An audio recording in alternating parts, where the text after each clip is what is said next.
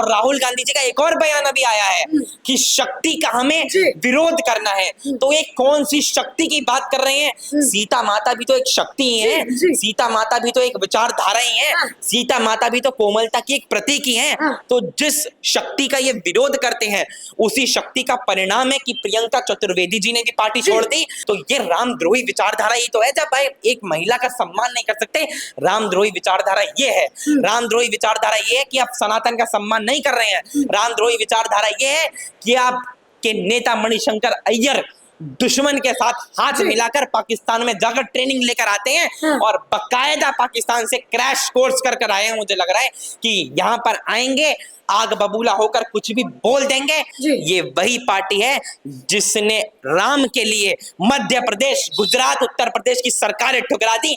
ये वही राम की पार्टी है जिसके नेतृत्व करता राम भक्त आदरणीय कल्याण सिंह जी ने राम जी के लिए अपनी सरकार ठुकरा दी। तो कभी भी हमारे अस्तित्व में राम 2014 के बाद नहीं आए। 4 जून को बेशक कमल खिलेगा और कमल ऐसा खिलेगा कि इस बार कमल की जो 6 रेखाएं होती हैं, जिसमें 6 डोर होती हैं, उसमें एक डोर विकास की होगी, एक डोर राम की होगी, दूसरी डोर भ्रष्टाचार के खिलाफ की होगी, चौथी डोर राम भगवान के अब मथुरा और काशी की होगी, और 5वीं डोर हम सबके साथ सबके विकास की होगी, और 6ठी डोर विकसित भारत और आदरणीय प्रधानमंत्री जी के नेतृत्व में अब की बार 400 पार की। देखिए, Ram is not a option, it's a विचारधारा। Ram is not a word, it's a sensation. And Ram is not a लहर, it's past, present and future. जब तक धरती का अस्तित्व है, राम का नाम था, राम का नाम है और राम का नाम रहेगा। और जब जागो तभी सवेरा। भैया, अगर आपको भगवान राम की भक्ति याद आ रही है तो आपका स्वागत है भारतीय जनता पार्टी में। जब आपको लगता है कि राम मंदिर जाना, देखिए ये लोग पहले से अपनी, चाहे आप राधिका खेड़ा जी को ले लीजिए, चाहे आप गौरव वल्लभ जी को ले लीजिए, चाहे आप रोहन गुप्ता जी को ले लीजिए, और चाहे आप और भी नेताओं को ले लीजिए, जब ये लोग कह रहे हैं कि राम मंदिर में जाने से हमारी पीड़ा हुई कांग्रेस को, हालांकि रोहन गुप्ता जी ने ऐसा नहीं कहा, उनका जो मानना था वो पिताजी, ज्यादातर की मैं बात, ज्यादातर गौरव वल्लभ जी और राधिका खेड़ा जी की जब हम बात करते हैं तो हमें पता लगता है कि रामद्रोही कांग्रेस का जो विचार है वो असल में ये है। राहुल गांधी जी का एक बयान है कि मंदिर जो लोग जाते हैं वो लड़कियां छेड़ते हैं, तो इसी से पता लगता है। और राहुल गांधी जी का एक और बयान अभी आया है कि शक्ति का हमें विरोध करना है। तो ये कौन सी शक्ति की बात कर रहे हैं? सीता माता भी तो एक शक्ति ही है, सीता माता भी तो एक विचारधारा ही है, सीता माता भी तो कोमलता की एक प्रतीक ही है। तो जिस शक्ति का ये विरोध करते हैं उसी शक्ति का परिणाम है कि प्रियंका चतुर्वेदी जी ने भी पार्टी छोड़ दी। उसी शक्ति का परिणाम है कि उत्तर प्रदेश में हस्तिनापुर से विधायक का चुनाव लड़ी, इनकी बिग बॉस की पूर्व कंटेस्टेंट ने भी वो छोड़ दी, क्या कहते हैं, कांग्रेस, उत्तर प्रदेश कांग्रेस, और मारपीट भी उनके साथ कांग्रेस दफ्तर में। और अब राधिका खेड़ा जी के साथ जब गाली गलौज करी गई, उन्हें गेट में बंद कर दिया गया। तो माफ कीजिएगा अपूर्वा जी, सबको अपना सम्मान प्यारा होता है। कोई ऐसी पार्टी में नहीं रहना चाहता जहां आए दिन उसका बलात्कार हो जाए और कमरे में बंद करके 3 पुरुषों के साथ महिला क्या करेगी? आप बताइए क्या करेगी? जब उसको आप कह रहे हैं शराब ऑफर हुई है, जब इसके बकायदा उसके पास सबूत हैं, उसके बाद भी कांग्रेस का कोई भी नेता उसको समर्थन नहीं दे रहा है। तो ये रामद्रोही विचारधारा ही तो है। जब भाई एक महिला का सम्मान नहीं कर सकते, रामद्रोही विचारधारा ये है। रामद्रोही विचारधारा ये है कि आप सनातन का सम्मान नहीं कर रहे हैं। रामद्रोही विचारधारा ये है कि आप के नेता मणिशंकर अय्यर दुश्मन के साथ हाथ मिलाकर पाकिस्तान में जाकर ट्रेनिंग लेकर आते हैं और बकायदा पाकिस्तान से क्रैश कोर्स कर आए हैं। मुझे लग रहा है कि यहाँ पर आएंगे, आग बबूला होकर कुछ भी बोल देंगे और कुछ भी बोलकर ऐसे सुर्खियों में बने रहेंगे। लेकिन हिंदुस्तान में रहना होगा तो जय श्री राम कहना होगा, और अगर हिंदुस्तान में रहना होगा तो भारत माता की जय भी बोलनी पड़ेगी। और राम सही में एक विचारधारा ही है, ये कोई वर्ड नहीं है। और जब जागो तभी सवेरा। नयन जी, एक सवाल मेरे जहन में भी और विपक्ष के जहन में भी अक्सर आ रहा है, भाजपा को राम, सनातन, मंदिर, ये सारी चीजें चुनाव के वक्त में क्यों याद आ रही है? क्या राम पहले नहीं थे? क्या राम 2014 से पहले याद नहीं किए जाते थे? क्या सनातन 14 से पहले नहीं था? तो क्या ये चुनाव जीतने का कोई टेक्निक है नयन? क्यों राम अभी भाजपा को याद आ रहा है? 2014 से पहले याद नहीं आ रहे थे जी। राम रथ यात्रा किसने निकाली थी? जी। राम रथ यात्रा निकाली थी हमारे माननीय श्री लाल कृष्ण आडवाणी जी ने, जिन्हें पद्म श्री मिला है। हाँ। तो इसी से पता लगता है कि राम हमारे दिल में और राम हमारी सांसों में बसे हुए हैं।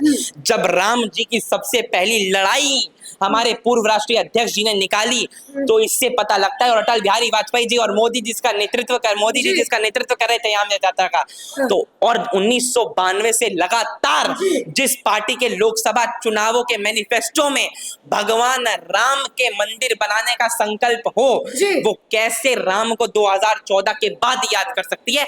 ये अपने आप में एक बड़ा प्रश्न चिन्ह नहीं हो सकता कि हमारे तो दिलों और सांसों में राम है। और आप कह रही हैं 2014 से पहले, ये वही पार्टी है जिसने राम के लिए मध्य प्रदेश, गुजरात, उत्तर प्रदेश की सरकारें ठुकरा दी। ये वही राम की पार्टी है जिसके नेतृत्वकर्ता राम भक्त आदरणीय कल्याण सिंह जी ने राम जी के लिए अपनी सरकार ठुकरा दी। तो कभी भी हमारे अस्तित्व में राम 2014 के बाद नहीं आए। अच्छा नयन, देखिए, जब भी चुनाव की या भाजपा की जीतने की बात आती है, दो नाम का जिक्र हमेशा आता है, अडानी और अंबानी। अभी हाल फिलहाल में ही अधीर रंजन चौधरी जी ने स्टेटमेंट दे दिया कि हमें अगर पैसा देंगे तो हम भी पार्लियामेंट में अडानी अंबानी करना छोड़ देंगे। तो इससे एक सवाल जहन में आता है नयन, कि क्या भाजपा को अडानी और अंबानी पैसा देते हैं इसलिए उनके खिलाफ या उनके घर पर छापेमारी नहीं होती? क्योंकि अधीर रंजन तो चौधरी सीधा सीधा निशाना कर रहे हैं, निशाना साध रहे हैं भाजपा के ऊपर। क्या कहेंगे? ये अधीर रंजन चौधरी और रेवंत रेड्डी एक ही पार्टी में है ना जी? लगता तो मुझे नहीं है, क्योंकि अधीर रंजन चौधरी कुछ और बोल रहे हैं, रेवंत रेड्डी कुछ और कर रहे हैं। ये जब अडानी जी और अंबानी जी पर सवाल उठाते हैं और बोरों में भर भर कर मोदी जी ने जब बोला था कि उनसे पैसा लेते हैं और वो 30 करोड़ अलग और 350 करोड़ अलग निकलता है, तो ये जरा बताएं, जब ये 2 बजे प्रेस कॉन्फ्रेंस कर रहे हैं सुप्रिया श्रीनेत जी के साथ पवन खेड़ा जी कि अडानी और अंबानी चोर हैं, उसके बाद 2 घंटे बाद ही आपकी पार्टी का खुद का मुख्यमंत्री और इतना बड़ा नेता तेलंगाना में अडानी जी के सामने हाथ जोड़कर उनका स्वागत करता है, और आप ही की पार्टी के कांग्रेस के मुंबई के विधायक आकाश अंबानी जी की शादी में अपनी पत्नी के साथ ढुमके लगाते हुए नजर आते हैं। तो आप बताइए, फिर आप अडानी और अंबानी क्यों नहीं कर रहे हैं? और देखिए, अडानी और अंबानी दोनों बिजनेसमैन हैं, दोनों का राजनीति से कोई लेना देना नहीं है।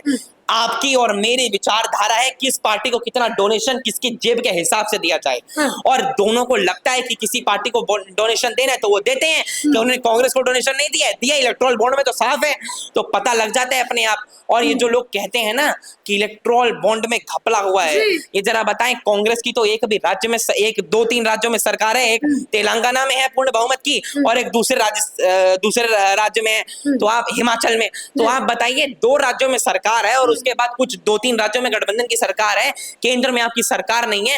एक टीएमसी सिर्फ एक राज्य में सरकार है और बीजेपी से 30%, मतलब उस टोटल का 30% इलेक्टोरल बॉन्ड उसके पास है। तो असली घपला भैया किसने किया और किसके यहाँ से करोड़ों करोड़ों के बॉन्ड निकल रहे हैं, जरा वो भी तो बताएं। नयन जी, आपके सवाल जो आप जवाब दे रहे हैं मेरे सवालों का, एक बात विपक्ष कहती है कि भाई भाजपा के पास हर सवाल का जवाब है। ऐसा क्यों है? जो सवाल पूछ रहे हो हर सवाल का आप लोगों के पास जवाब है, विपक्ष को आप लोग हर चीज में लताड़ लेते हैं, ऐसा क्यों है? देखिए, विपक्ष को हम हर चीज में नहीं लताड़ते हैं। विपक्ष जब अपने आप कुछ काम करता है और क्रीड़ाएं करता है तो उससे पता लगता है कि वो क्या कर रहा है। अब भैया, हमने तो राम गोपाल यादव जी को नहीं बोला था कि राम मंदिर को बेकार बोलिए, हमने तो मणिशंकर अय्यर जी को नहीं बोला था कि पाकिस्तान के बारे में अच्छा बोलिए, हमने तो इनको क्या कहते हैं अखिलेश यादव जी के जो पिताजी हैं उन्होंने तो नहीं बोला था कि, जो हालांकि वो उनका देहांत हो चुका है, लेकिन वो लोग कहते थे ना कि लड़की छेड़ देती है तो क्या हो जाता है। तो हमने तो नहीं बोला था ऐसे बयान, हमने तो नहीं बोला था इमरान मसूद को 2014 में ऐसे बयान देने के लिए कि मोदी जी के क्या क्या देंगे। तो जब इनका अब जनता असली में राजनीतिक तौर पर क्या क्या कर रही है तो ये बौखला रहे हैं। ठीक है नयन, एक महत्वपूर्ण सवाल, आज के समय में जो महिलाएं विपक्ष की पार्टियां छोड़ रही हैं, जैसे अगर मैं कांग्रेस की बात करूं, कांग्रेस की प्रियंका जी कहती हैं लड़की हूं, लड़ सकती हूं, लेकिन उसी पार्टी की महिलाओं के साथ बदतमीजी होती है, गाली गलौज होता है, स्वाति मालीवाल को देख लीजिए, मारपीट होती है। तो क्या इन पार्टियों का अब समय अंत आ चुका है? क्योंकि कहते हैं विनाश काले विपरीत बुद्धि। तो क्या लगता है इन पार्टियों का समय अब क्या ढल रहा है? क्या अब ये पार्टियां सत्ता में नहीं आएंगी?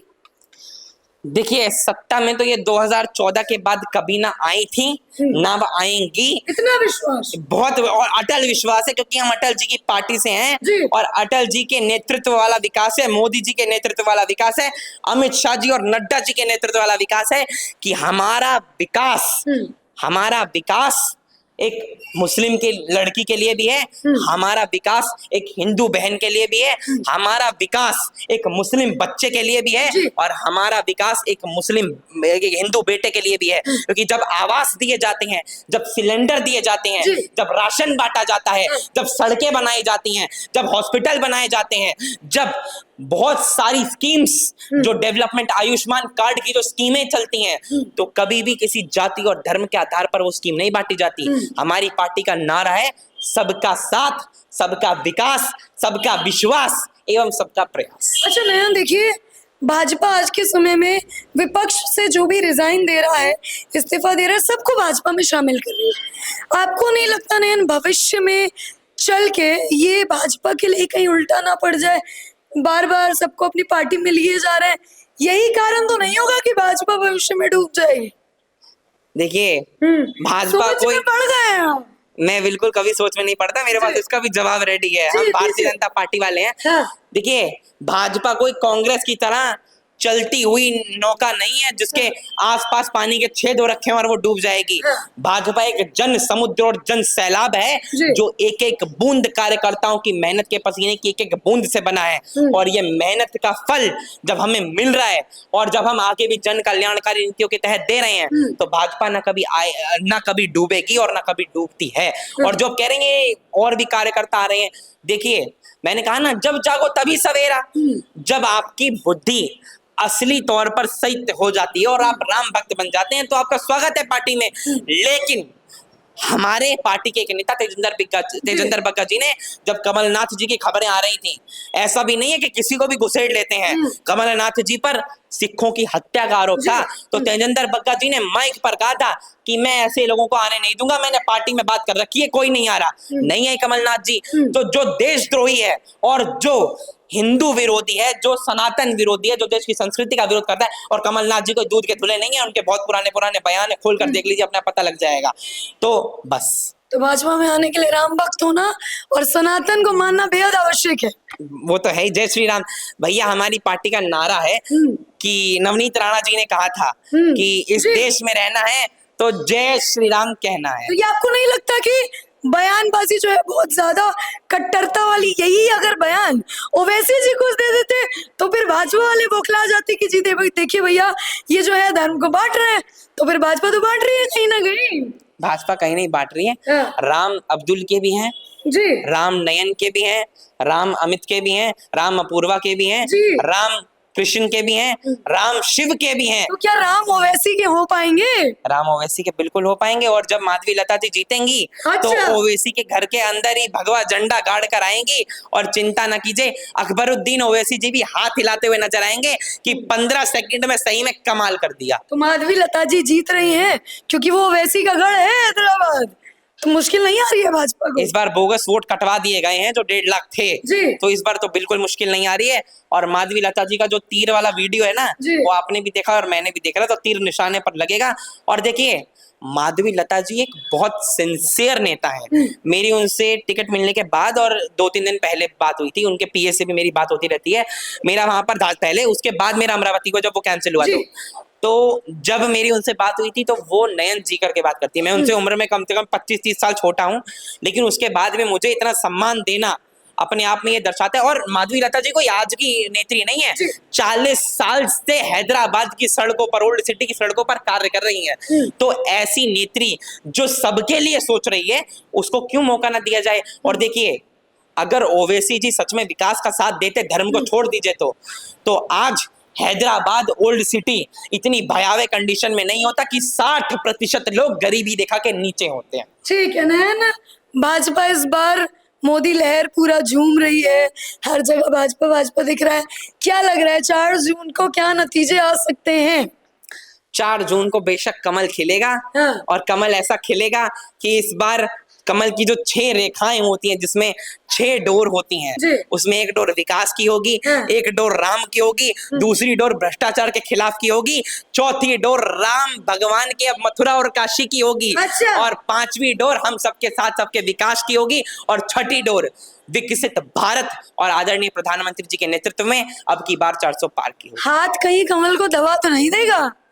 देखिए, एक नारा है, हाँ। हाथ हमारा साथ, जी। लेकिन एक कहता हूं, हाथ पाकिस्तान के साथ, क्योंकि मणिशंकर अय्यर जी का बयान नहीं भूलना चाहिए। ठीक है, बहुत बहुत धन्यवाद। तो देखिए, ये नयन थे, 18 साल के हो चुके हैं।